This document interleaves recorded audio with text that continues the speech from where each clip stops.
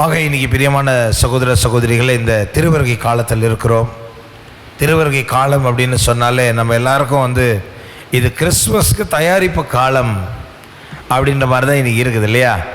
நம்ம வீடுகளில் ஏற்கனவே கிறிஸ்மஸுக்கான தயாரிப்புகளை எல்லாம் நம்ம ஆரம்பிச்சிட்டோம். கோயில்கள்லேயும் கிறிஸ்மஸுக்கான தயாரிப்பை ஆரம்பிச்சிட்டோம். ஒரு விஷயத்தை நம்ம நல்லா புரிஞ்சுக்கொள்ளணும். திருச்சபை கிறிஸ்மஸுக்கு தயாரிக்கிறதுக்காக இந்த திருவருகை காலத்தை கொடுக்கல. எப்படி? கிறிஸ்மஸ் பண்டிகைக்கு தயாரிக்கிறதுக்காக இந்த திருவருகை காலத்தை கொடுக்கல.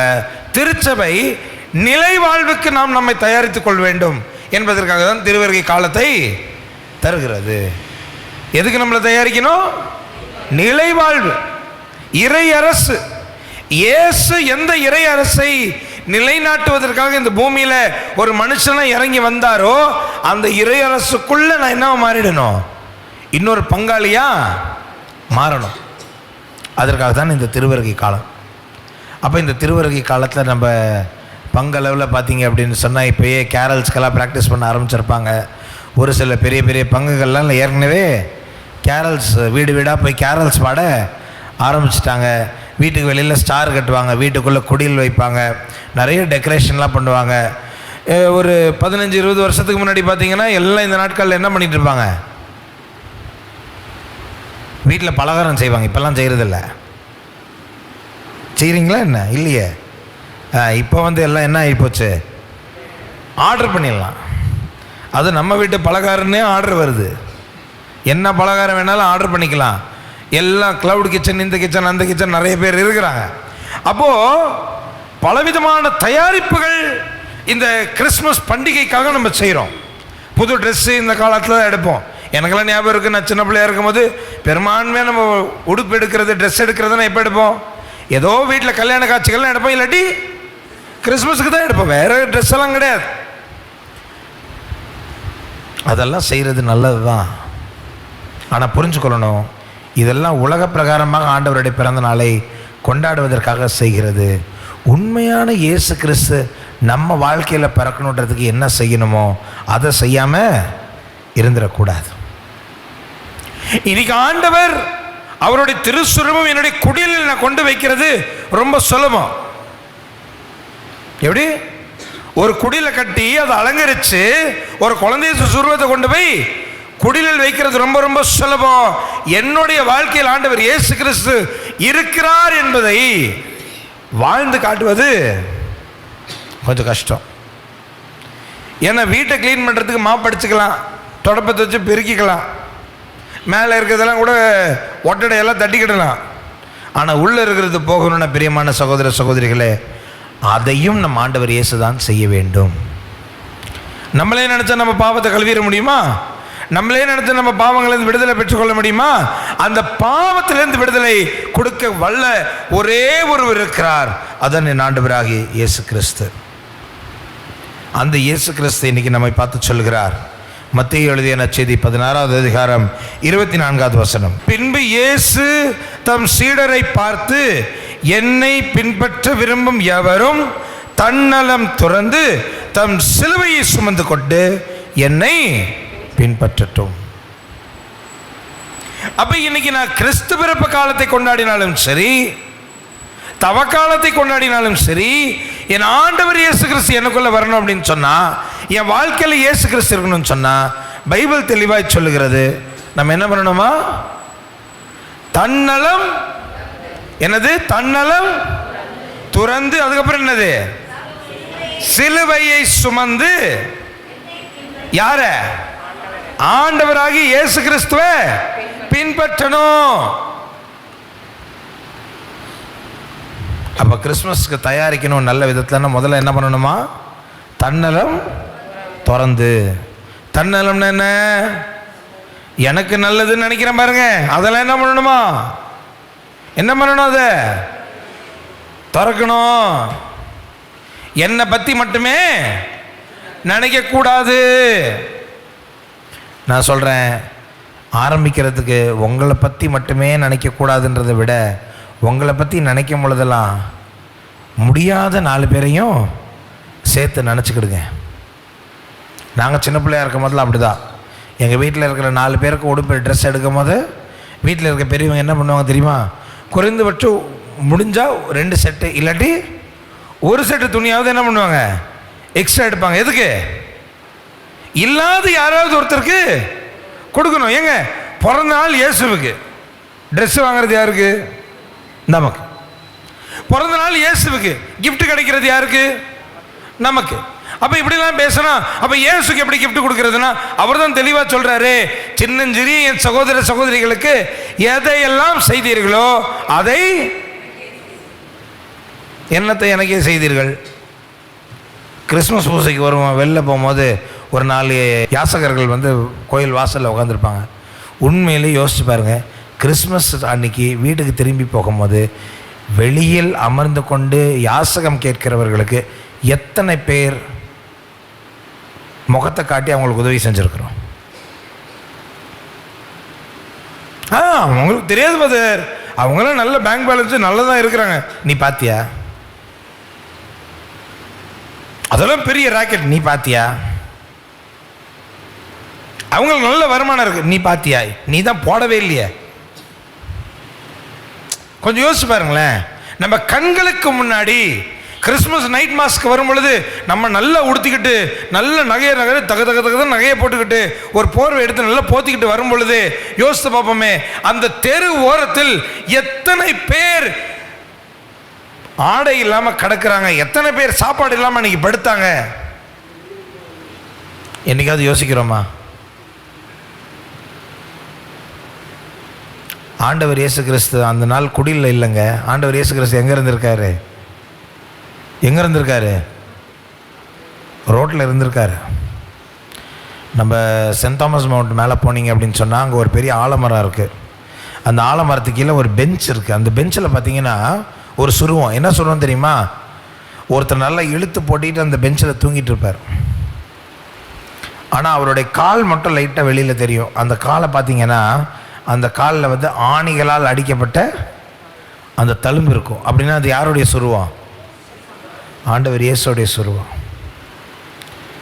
ஐயா, நீங்க கோயிலுக்கு வரும் பொழுது, கொண்டாடும் பொழுது ஊரெல்லாம் இயேசு பிறந்து விட்டார், மெசியாவும் வந்து விட்டார்னு நீங்க பாட்டா பாடும் பொழுது தெருவோரத்தில் படுத்து கிடந்ததெல்லாம் பிச்சைக்காரங்க இல்லை, ஏழைகள் இல்லை, தெருவோரத்தில் படுத்து கிடந்ததெல்லாம் என் ஆண்டவர் இயேசு தான்.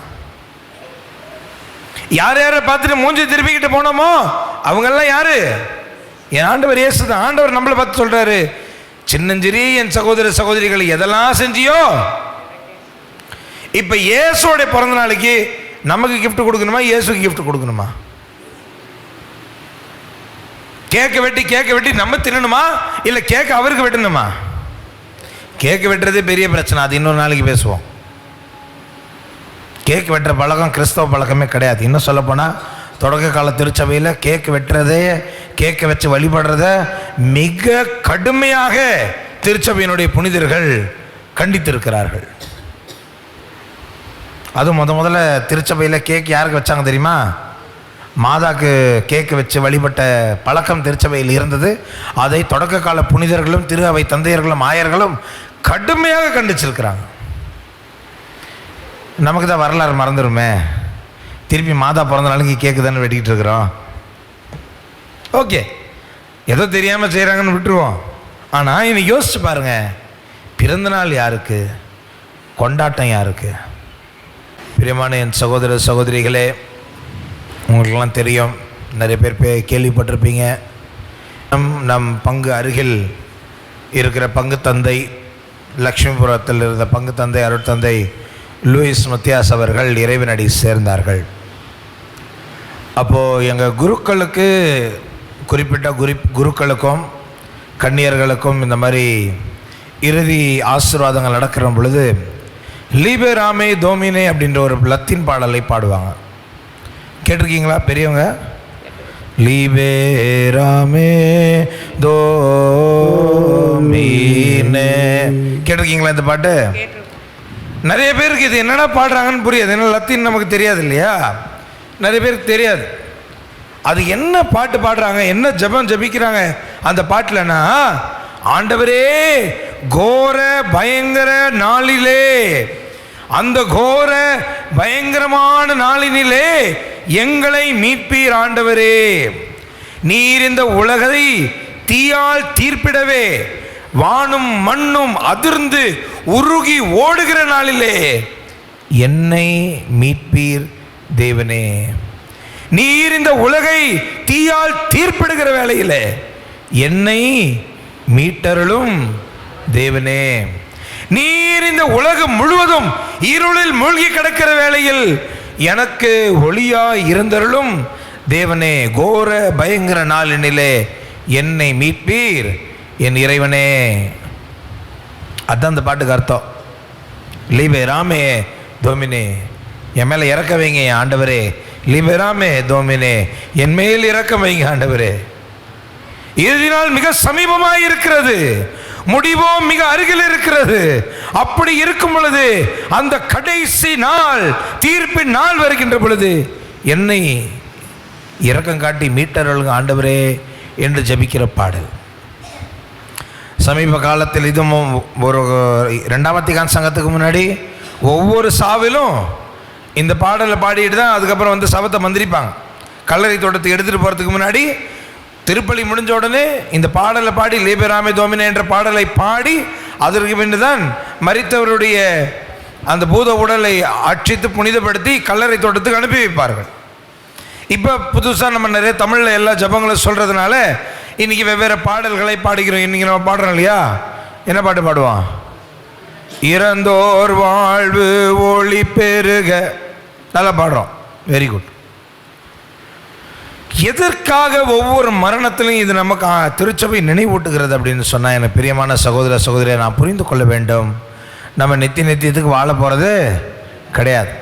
நவம்பர் மாதம் முழுவதும் அதை தான் தியானித்து இருக்கிறோம். நமக்கென்று சாவு ஒரு நாள் நிச்சயம் வந்தே தீரும். ஒருவேளை ஆண்டவர் இன்னைக்கு என்னை அழைப்பாரையானால் நான் அவரை சந்திக்க தயாரா? இதைத்தான் கடந்த மாதத்தில் நாம் பார்த்தோம். If the Lord calls me today, am I ready to see him face to face?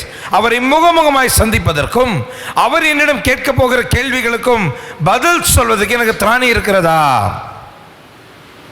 இதுதான் போன மாதத்தில் மரணத்தை பற்றி சிந்திக்கிற நேரத்தில் நாம் கற்றுக்கொண்டது. அதுக்கு அடுத்தபடியாக பிரியமான என் சகோதர சகோதரிகளே, இன்றைக்கு அந்த சாவின் தருவாயில் நாம் நிற்கும் பொழுது, 2ஆம் வருகையில் ஆண்டவர் நம் முன்பாக ஒரு அரசனை போல் அமர்ந்திருக்கும் பொழுது எதை வைத்து நம்மை தீர்ப்பிடுவார் அப்படின்னு சொன்னால், புனித அகுஸ்தினார் சொல்லுகிறார், அவர் அன்பை மட்டுமே அடிப்படையாக வைத்து நம்மை தீர்ப்பிட போகிறார். எந்த அளவுக்கு அன்பு செலுத்துகிறவர்களாக நாம் இருக்கிறோமோ அந்த அளவுக்கு நமக்கு அன்பு செலுத்தப்படும் என்று புனித அகுஸ்தினார் எழுதுகிறார். ஆண்டவர் இயேசு சொல்லுவார் இல்லையா, நீங்கள் எந்த அளவையால் அளப்பீர்களோ அதே அளவையால் உங்களுக்கு அளக்கப்படும். பரலோக மந்திரம் என்கிற அந்த ஜபத்தை நமக்கு கற்றுத்தந்த பொழுது கூட ஆண்டவர் இப்படிதான் ஜெபிக்க கற்றுக் கொடுத்தார். நான் எனக்கு எதிராளிகளை, என் பகைவர்களை மன்னிக்கிறது போல ஆண்டவரே என்னை மன்னியும். அப்ப இன்னைக்கு ஒருவேளை நியாய தீர்ப்பு நாள் வந்துருச்சு, இறுதி நாள் வந்துருச்சு அப்படின்னு சொன்னா, பிரியமான என் சகோதர சகோதரிகளே, நீங்களும் நானும் எதை வைத்து தீர்ப்பிடப்படுவோம்னா, நம்ம மற்றவங்களை எந்த அளவையால் அளந்து வைக்கிறோமோ, நம்ம மற்றவங்களை எந்த அளவையால் தீர்ப்பிடுறோமோ அதே அளவையால் தான் நீங்களும் நானும் தீர்ப்பிடப்படுவோம். அப்போ இன்றைக்கி கொஞ்சம் யோசிச்சு பார்ப்போமே, என்னை சுற்றி இருக்கிறவங்கள நான் எப்படி தீர்ப்பிட்டுக்கிட்டு இருக்கேன்? கட்டின கணவனை நான் எப்படி தீர்ப்பிடுறேன்? கட்டின மனைவியை நான் எப்படி தீர்ப்பிடுறேன்? எனக்கு மேல் அதிகாரத்தில் இருக்கிறவங்கள நான் எப்படி தீர்ப்பிடுறேன்? நான் ஒரு சிலர் மேல் அதிகாரமாக இருக்கிறேன் இல்லையா, அவங்கள நான் எப்படி தீர்ப்பிடுறேன்? Always remember the last day. இந்த உலகத்தில் நம்மளுடைய கடைசி நாள் எதை பொறுத்து இருக்கும் அப்படின்னு சொன்னால், இந்த உலகத்தில் வாழும் ஒவ்வொரு நாளிலும் நாம் எப்படிப்பட்ட தீர்மானங்களை எடுக்கிறோமோ அதை பொறுத்து தான் அந்த கடைசி நாளும் அமைய போகிறது. அதெல்லாம் திருச்சபை சொல்லுகிறது. ஒவ்வொரு நாளும் பரிசுத்த பலிபூசையில் கலந்து கொள்ளுங்கள், ஆண்டவருடைய இரக்கத்தை தேடுங்கள், ஒவ்வொரு நாளும் நற்கருணையின் ஆதரவில் அவரை சந்தியுங்கள். நான் விசுவாசிக்கிறேன் பிரியமான சகோதரி, நான் விசுவாசிக்கிறேன். என்ன விசுவாசிக்கிறேன் தெரியுமா? ஒவ்வொரு நாளும் நற்கருணை நாதராக இயேசுவை சந்திக்கிறவர்கள், ஒவ்வொரு ஆண்டும் குடிலில் குழந்தை இயேசுவாக இயேசுவை சந்திக்கிறவர்கள், அந்த நியாய தீர்ப்பு நாளில் இயேசு கிறிஸ்து அரியாசனத்தில் உட்காரும் போது கூட அந்த இயேசுவை பார்த்து பயப்பட மாட்டாங்க. ஏன் பயப்பட மாட்டாங்க? ஏன்? ஏன்னா ஒவ்வொரு நாளும் அந்த இயேசுவோடு அவங்க உறவு கொண்டு இருக்கிறாங்க.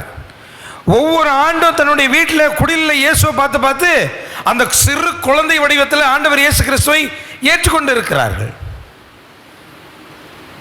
ஆனால் ஆண்டவர் இயேசு கிறிஸ்துவ இந்த பூமியில் வாழ்கிற நாட்களில் ஒருத்தன் பழகவே இல்லை, அவரோட நெருங்கவே இல்லை, அவர்கிட்ட இருந்து கற்றுக்கொள்ளவே இல்லைன்னு சொன்ன பிரியமான சகோதர சகோதரிகளே, கடைசி நியாய தீர்ப்பு நாள் அவரை பார்க்கும்போது மட்டும் ஏதாவது நன்மை அவனுக்கு நடக்கிறதுக்கு வாய்ப்பு இருக்கா? அவன் கூனி குறுகி அந்த நியாய தீர்ப்பு கூட ஆண்டவர் முன்னாடி நிற்க முடியாமல் தானாகவே நரகத்துக்கு ஓடி போகிறான் என்று புனித டான் போஸ்கோ சொல்லுகிறார்.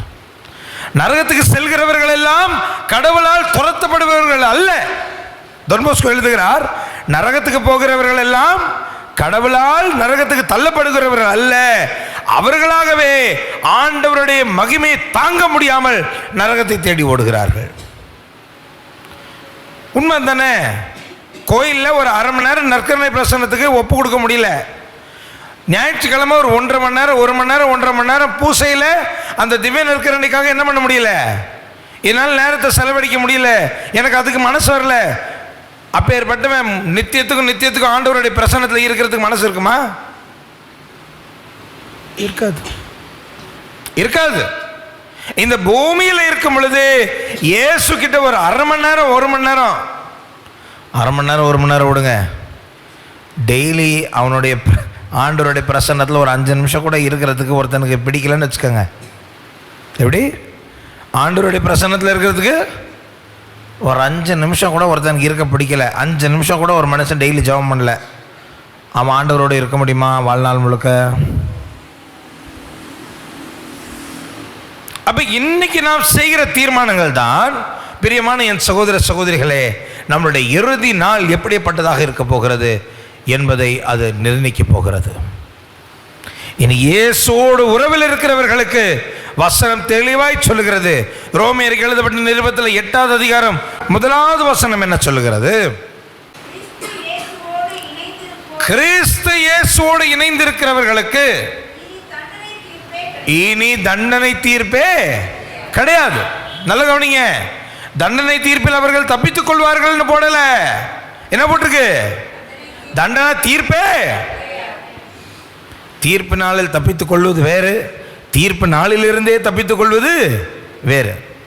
தண்டனை தீர்ப்பு வருகின்ற நேரத்தில் ஆண்டவருடைய இரக்கத்தை பெறுவது வேறு, தண்டனை தீர்ப்பை இல்லாமல் போகிறது வேறு. அப்ப யாருக்கு தண்டனை தீர்ப்பை இல்லாமல் இருக்கிறது? யார் அந்த நாளில் ஆறுதல் பெற போகிறார்? யாரெல்லாம் ஆண்டவர் இயேசு கிறிஸ்துவோடு இன்னைக்கு இணைஞ்சிருக்கிறோம் பிரியமான சகோதர சகோதரிகளே, நமக்கு தண்டனை தீர்ப்பே கிடையாது. இப்போ கேள்வி என்னன்னா, உண்மையிலே இயேசுவோட இணைஞ்சிருக்கிறேனா? உண்மையிலே இயேசுவோடு இணைந்திருக்கிறேனா?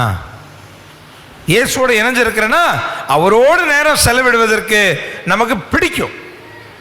முதலாவது ஜெபம் பண்ண பிடிக்கும். நிறைய பேர் கத்தோலிக்க கிறிஸ்தவர்களுக்கு ஜெபிக்கிறது எப்படி? வேண்டா விருப்ப பிள்ளைய பெற்று காண்டாம் மிருகன் பேர் வச்ச கதை தான். 5 நிமிஷம் கொடுக்கிறது, பைபிள் படிக்கிறதுக்கு ஒரு 5 நிமிஷம் ஒதுக்க சொன்னா, ஆண்டவரை துதிச்சு ஒரு 2 நிமிஷம் துதிக்க சொன்னா, இன்னைக்கு நிறைய பேருக்கு வாய் வர்றதே கிடையாது. ஆனால் ஒரு ஃபோனை கொடுத்து பக்கத்து வீட்டுக்காரனை திட்ட சொல்லுங்க, எவ்வளோ நேரம் திட்டுவான்? ஓப்படியாலையும் மாமியாரையும் திட்ட சொல்லுங்க, எவ்வளோ நேரம் திட்டுவான்? போயிட்டே இருக்கும். 5 நிமிஷமா 10 நிமிஷமா 1/4 மணி நேரமா அரை மணி நேரமானு டைம் தெரியாத அளவுக்கு என்ன பண்ணுவான்? திட்டுவோம், புரணி பேசுவோம், இல்லாதத கதையெல்லாம் புதுசா தினசா கதையை உருவாக்கி பேசுவோம். ஆனால் ஆண்டவர்கிட்ட பேசுறதுக்கு நமக்கு எவ்வளோ நேரம் கிடைக்கிறது இல்லை? 5 நிமிஷம் கூட கிடைக்கிறது இல்லை. இன்னைக்கு 1 நிமிஷம் கண்களை மூடி ஆண்டவர்கிட்ட ஒப்பு கொடுக்கலாமா? ஆண்டவர்கிட்ட சொல்லுங்களேன், ஆண்டவரே உங்கள் பிரசன்னத்தில் இருக்க வந்திருக்கிறேன், நீங்கள் என் கூட இருக்கணும்னு நான் ஆசைப்படுறேன். என் வீட்டில் நான் இந்த வருஷம் குடில் வைக்க போகிறேன். அந்த குடிலில் உங்களுடைய குழந்தை இயேசு சொருவத்தை நான் வைக்கிறது போல் என்னுடைய குடும்ப குடிலையும் நீங்கள் வரணும், எங்கள் குடும்பத்தில் நீங்கள் இருக்கணும். நான் என்ன செஞ்சாலும் உங்கள் பிரசன்னத்தில் செய்யணும். நீர் என் கூட இருக்கிறீங்க அப்படின்றது இந்த உலகம் அறிந்து கொள்ளும் அளவுக்கு உங்களுடைய பிரசன்னம் அவ்வளோ வல்லமையின் பிரசன்னமாக என் வீட்டில் இருக்கணும்னு கேளுங்க.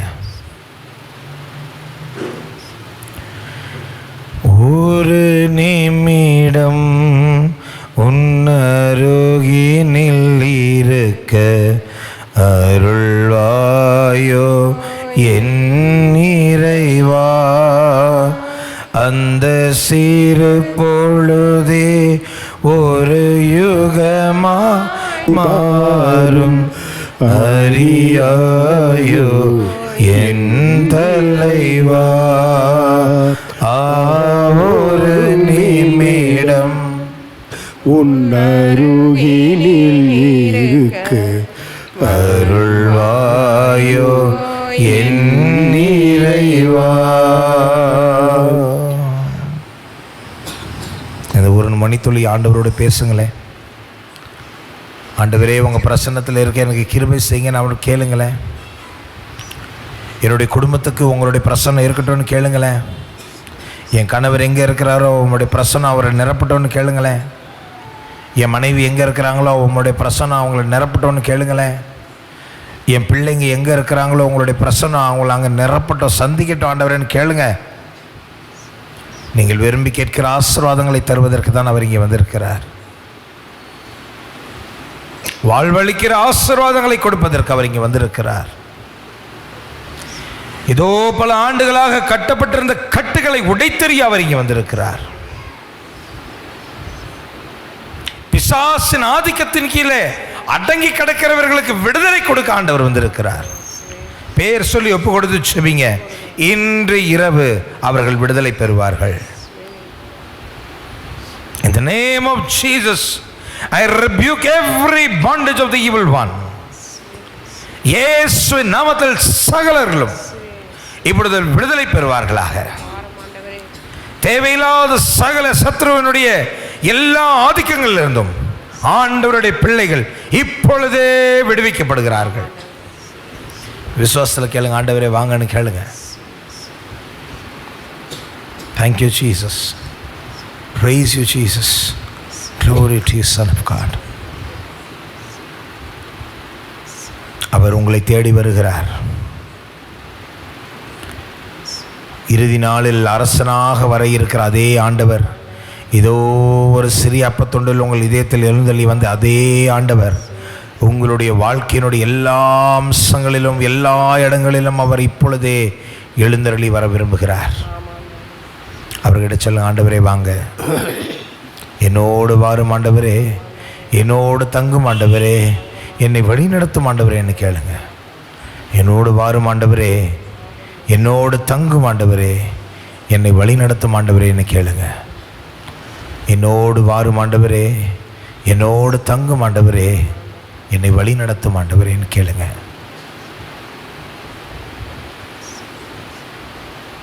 ஆண்டவரே என் இதயத்துக்குள்ளே வாங்க, என் குடும்பத்துக்குள்ளே வாங்க, என்னுடைய சூழ்நிலைகளுக்குள்ள வாங்க அப்படின்னு சொல்லி அவரை வரவேற்போம். ஆண்டவரே, இந்த திருவருகை காலத்தில் கிறிஸ்மஸ்க்காக பல ஏற்பாடுகளை செய்து கொண்டிருக்கிற காலத்தில் நாங்கள் உங்களை தேட வேண்டும். குடிலில் சொரூபங்களில் மட்டுமல்ல, நலிந்து கிடக்கிற என் சகோதர சகோதரிகளில் நான் உம்மை தேட வேண்டும். என் கண்களை திறந்துருளுங்கன்னு கேளுங்க.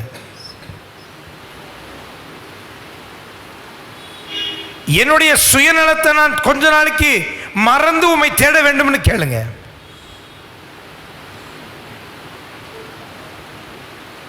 என்னால் முடிந்த வரைக்கும் தாராளமாக நான் மற்றவரோடு எனக்கு இருக்கிற ஆசீர்வாதங்களை பகிர்ந்து கொள்ளணும்னு கேளுங்க. ஆண்டவர் உங்களை ஆசீர்வதிப்பார். நீங்கள் எந்த அளவையால் இயேசுவுக்கு அளந்து கொடுப்பீர்களோ அதே அளவையால் அழுக்கி குலுக்கி மடியில் சரிந்து விழும்படி அவர் உங்களுக்கு செய்ய சித்தமாய் இருக்கிறார். ஆனால் நீங்கள் அவர் பின்னாடி போகணும்னு ஆசைப்பட்டீங்கன்னா நீங்கள் ஞாபகம் வச்சுக்கணும், இயேசு தம் சீடரை பார்த்து, என்னை பின்பற்ற விரும்பும் எவரும் தன்னலம் துறந்து தன் சிலுவையை தூக்கி கொண்டு என்னை பின்பற்றட்டும் என்று சொன்னார். ஆண்டவரை பார்த்து சொல்லும், ஆண்டவரே, நான் உங்களை பின்தொடர தயாராக இருக்கிறேன். என் சித்தம் அல்ல, உம்முடைய சித்தம் என் வாழ்க்கையில் நிறைவேற நான் தயாராக இருக்கிறேன். வெளியரங்கமான அலங்காரங்களில் அல்ல, ஆண்டவரே, நீர் உள்ளபடியே நீர் இருக்கிற இடத்தில் உம்மை தேட நான் தயாராக இருக்கிறேன். என்னை ஆசீர்வதியும் ஆண்டவரே என்று கேளுங்க. ஆண்டவரே சொல்லுங்க, ஆண்டவரே, நான் சுயநலமாக வாழ்ந்த தருணங்களுக்காக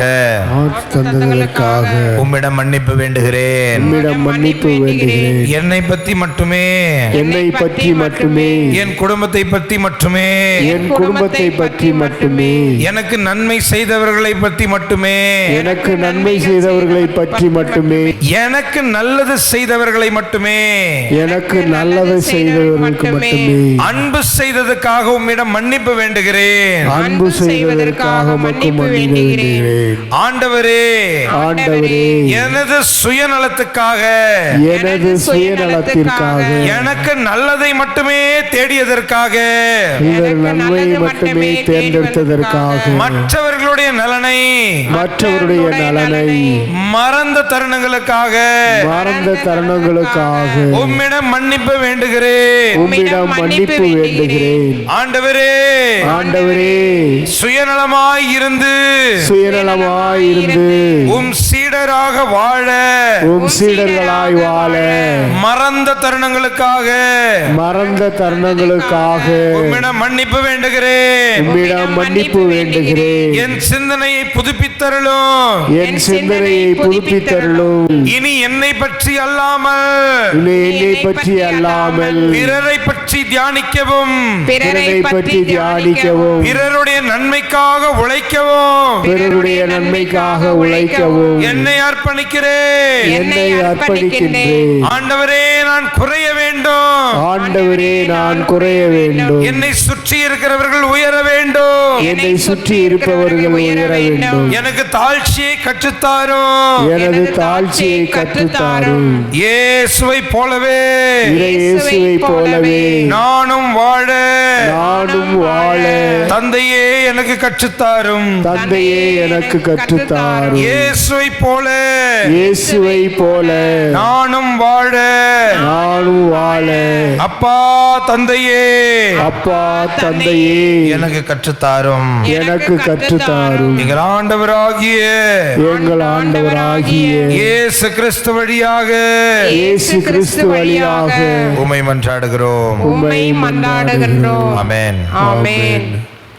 பிரியமான சகோதர சகோதரிகள், நம்ம நிறைய தடவை நினைக்கிறது உண்டு, அடிக்கடி சொல்கிறது உண்டு, ஆண்டவர் இயேசு கிறிஸ்து தன் தந்தையே கீழ்ப்படிந்தார் அப்படின்னு நம்ம சொல்கிறோம்.